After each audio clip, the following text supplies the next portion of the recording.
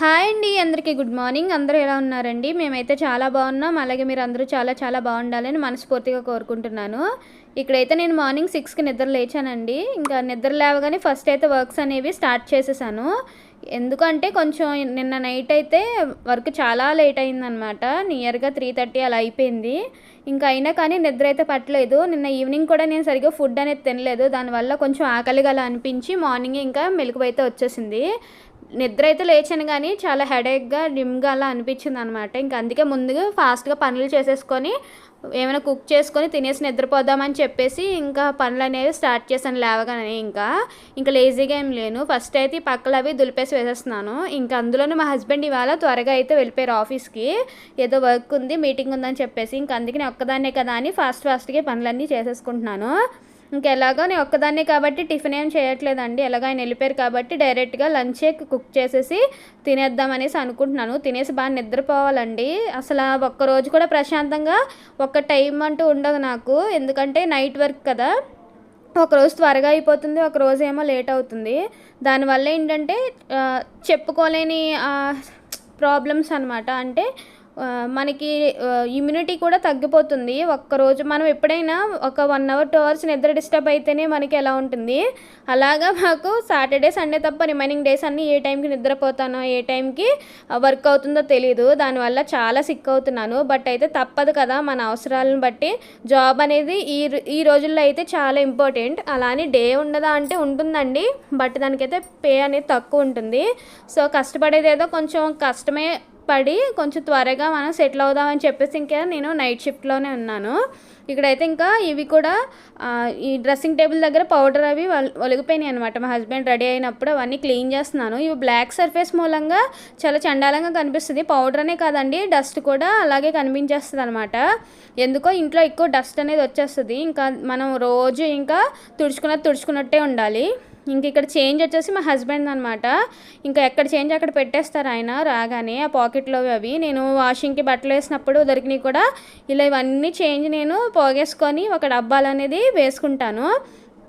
దీనివల్ల ఎప్పుడైనా మార్కెట్కి కానీ షాప్ కానీ వెళ్ళినప్పుడు ఈజీగా తీసుకోవడానికి అవుతుంది.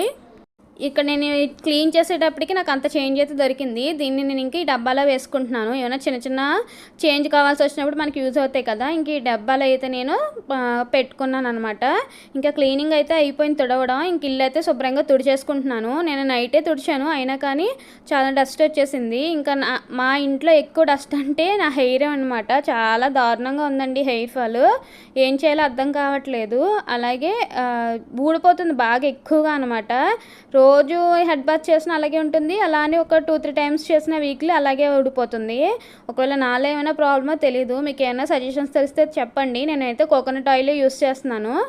ఇంక ఇక్కడ ఇల్లంతా శుభ్రంగా తుడిచేసుకున్న తర్వాత గార్బేజ్ బ్యాగ్ డస్ట్బిన్కి వేస్తున్నాను అనమాట. నేను ఇది రీసెంట్గా కాదండి, ఒక 2-3 మంత్స్ అవుతుంది. అమెజాన్లో తీసుకున్నాను గార్బేజ్ బ్యాగ్స్. ఇవైతే చాలా బాగా యూజ్ అవుతున్నాయి. మనకి ఎక్కువ శ్రమ ఉండదు అనమాట. డస్ట్ అనేది తీసుకెళ్ళి ఈ బ్యాగ్తో బయటపడేయచ్చు. ఇవన్నీ మనకి చిన్న చిన్నవే తెలిసినా ఇగ్నోర్ చేస్తాము. బట్ ఏంటంటే కొన్ని టైమ్స్ ఇవి మనకు బాగా యూజ్ అవుతాయి. ఏమైనా తడి చెత్త అలాంటివి ఉన్నప్పుడు మన చేతితో ముట్టుకోకుండా ఇలా బ్యాగ్తో అలా పడేసడానికి బాగుంటుంది అనమాట. ఇంకా నాకు అవి తీసుకున్నాక నచ్చినవి. ఇంక అప్పటి నుంచి కూడా నేను ఇదే యూజ్ చేస్తున్నాను. ఇంక ఈ డస్ట్బిన్కి అయితే ఈ కవర్ అయితే వేసేస్తున్నాను. కవర్ వేసేసి పెట్టుకుంటే డస్ట్ అనేది ఇందులో వేసి పెట్టేసుకోవచ్చు. ఇంకా డస్ట్ అంతా మనకి చేతికి రాకుండా చండాలంగా అయిపోకుండా ఉంటుంది. ఇప్పుడు నేను తుడిచిందంతా కూడా ఈ డస్ట్బిన్లో ఇలా వేసేస్తాను అనమాట. ఇంక ఇవాళ చెప్పాను కదండి, టిఫిన్ అయితే ఏమీ లేదు, డైరెక్ట్గా కర్రీస్ అయితే కుక్ చేస్తున్నాను. ఇంట్లో కూరగాయలు అయితే ఈ వీకెండ్ తీసుకురాలేదు. లాస్ట్ వీక్ తీసుకొచ్చిన బెండకాయలు అలాగే ఆనపకాయ ఉన్నాయి అనమాట. ఇవైతే సేల్ చేసేద్దాం. ఇంకా ఎలాగో సగానికి పైగా బెండకాయలు అనేవి పాడైపోయినాయి. ఉన్న వాటితో ఏదో కర్రీలాగో ఫ్రైలాగో చేద్దాము అని అనుకున్నాను. ఇంట్లో ఆనియన్స్ కూడా ఏం లేవండి. ఉన్న వాటిని ఇవన్నీ అవగొట్టేస్తే మళ్ళీ తెచ్చుకోవచ్చు కదా అనిపించింది.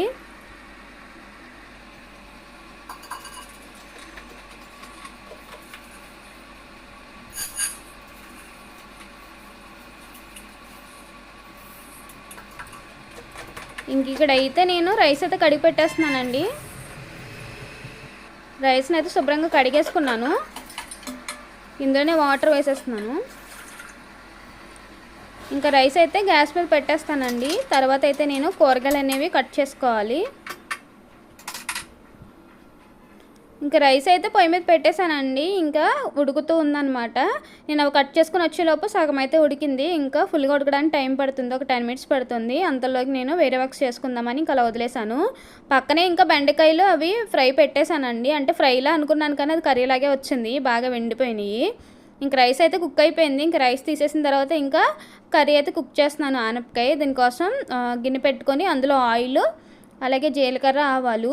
మనం కర్రీస్లో మస్ట్ అండ్ షుడ్గా జీలకర్ర అయితే ఇంక్లూడ్ చేసుకోవాలండి, మనకి హెల్త్కి చాలా మంచిది. ఇంకా నేను జీలకర్ర, ఆవాలు వేసేసి ఇంకా టమాటో, పచ్చిమిర్చి వేస్తున్నాను. ఉంటే ఒక ఉల్లిపాయ కూడా వేసుకోవచ్చండి, మా ఇంట్లో లేవు. ఇంకా 2 డేసే కదా, ఎలాగో వీకెండ్ వచ్చేస్తుంది, ఇంకా అన్నీ ఒకేసారి తెచ్చుకుందాం అన్నట్టు నెగ్లెక్ట్ చేసేసాను. ఇంకా టమాటాలు కూడా వేసిన తర్వాత ఆనపకాయ ముక్కలు కూడా వేసేసుకోవాలి. కర్రీ అయితే చాలా ఈజీ అండి, కాకపోతే అందరికీ నచ్చదు. ఏంటంటే సెటిల్డ్గా ఉంటుంది, స్పైసెస్ ఏమి ఉండవు కదా. ఇంక ఈ ఆనపకాయలు కొంచెం బాగా మగ్గిన తర్వాత అందులోనే పసుపు అలాగే చింతపండు, మనకి ఎంత పులుపు కావాలో అంత వేసుకొని సాల్ట్ కూడా వేసుకొని మూత పెట్టేసుకోవడమే. ఇందులో అసలు మనకి వాటర్ అనేది అవసరం ఉండదు. ఎవరికైనా పులుసులా బాగా కావాలి అంటే వాళ్ళు వాటర్ వేసుకోవచ్చు. నేనైతే కర్రీలాగా చేస్తున్నాను కాబట్టి ఈ వాటర్తో కర్రీ అంతా కుక్ చేసేద్దామని ఇంకా పులుపు, ఉప్పు అన్నీ చూసేసుకున్నాను. దీనిలో కారం అయితే నేను యాడ్ చేయట్లేదు, పచ్చిమిర్చి ఎక్కువ వేసుకున్నాను. ఇంకా మూత పెట్టేసి పక్కన పెట్టేసుకోవడమే. ఒక 15 మినిట్స్కి ఇలా అవుతుంది, చూసారా. అంటే ఆనపకాయలోనే వాటర్ ఎక్కువ ఉంటుంది కాబట్టి మనం కుక్ చేసే కొద్దీ ఇంకా వాటర్ అనేది వస్తూనే ఉంటుంది. ఇంకొక 5 మినిట్స్ తర్వాత కర్రీ అయితే ఇలా అయిపోతుంది, ఇంకా ఆల్మోస్ట్ అయిపోయినట్టే. ఇంకా నేను తినేసి పక్క స్టవ్ మీద పెట్టేసుకుంటాను. ఇంక ఇక్కడైతే టీ పెట్టుకుంటానండి, చాలా హెడేక్గా ఉందని చెప్పాను కదా. ఫస్ట్ అయితే టీ తాగాలనిపించింది, ఇంకా కర్రీని పక్కకు షిఫ్ట్ చేశాను. ఇంకా ఆల్మోస్ట్ కర్రీ అయిపోయినట్టే, ఇంకో 2 మినిట్స్ ఆగితే. ఇంకా దీనికోసం నేను అల్లం చాయ్ అయితే పెట్టుకుంటున్నాను. ఇంట్లో పాలు అయితే ఇంకా లాస్ట్కి వచ్చేసినాయి. నేనైతే ఒక ప్యాకెట్ తీసుకొని ఒక 2-3 డేస్ యూస్ చేస్తాను. మేము రెగ్యులర్గా ఏం టీలు అవి తాగము, కానీ తాగాలనిపించినప్పుడు అయితే కాంప్రమైజ్ అవ్వమన్నమాట, చాలా మంచిగా పెట్టుకుంటాను. దీనికోసం టీ పౌడరు అలాగే అల్లం ఇంకా డైరెక్ట్గా దీనిలోనే గ్రేట్ చేసేస్తున్నాను, వేరే దాని మీద పెట్టి మళ్ళీ అది కడిగి పెద్ద హెడేక్ ఎందుకని. ఇదైతే చాలా బాగా యూజ్ అవుతుందండి, చక్కగా మంచిగా వచ్చేస్తుంది. నేనైతే చిన్నదాని మీద చేశాను, ఇప్పుడైతే పెద్ద మీద చేశాను కాబట్టి చూసారా, గ్రేట్ చేస్తుంటేనే కింద పడిపోతుంది. చాలా మంచిగా అనిపించింది. కొన్ని చిన్నవైనా కానీ మనకు బాగా యూజ్ అవుతాయి కదా అని అనిపించింది. లేదంటే ఎలా నేను తీసుకెళ్ళి మళ్ళీ సన్నకాల్లో కొట్టి మళ్ళీ తీసుకొచ్చి ఇందులో వేయడం అంత పెద్ద హెడేక్గా ఉండేది. ఇప్పుడైతే చాలా నీట్గా అయిపోతుంది. ఇంకా దీనిలోనే షుగర్ కూడా వేస్తాను. టీ అయితే కొంచెం ఎక్కువే పెట్టేశాను, ఉన్న పాలన్నీ పెట్టేశానండి. చెప్పాను కదా హెడేక్గా ఉంది, వాళ్ళు ఇంకా టీ తాగుతూనే కూర్చుందాం అన్నట్టుగా ఇంకా టీ పెట్టేసుకున్నాను. ఇది ఇంకా మరుగుతూ ఉందన్నమాట.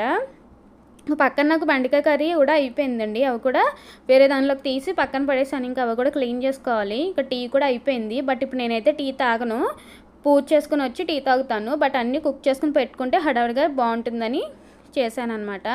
ఇంక ఇక్కడైతే పూజ కూడా చేసేసుకున్నానండి. ఇంక పూజ చేసుకున్న వెంటనే నేను చేసిన పని రైస్ తినేయడం అనమాట. టైము 10:30 అలా అవుతుంది. టీ తాగాను కానీ చాలా ఆకలేస్తుంది, చెప్పాను కదండి నేను నైట్ నుంచి ఏం తినలేదు సరిగా.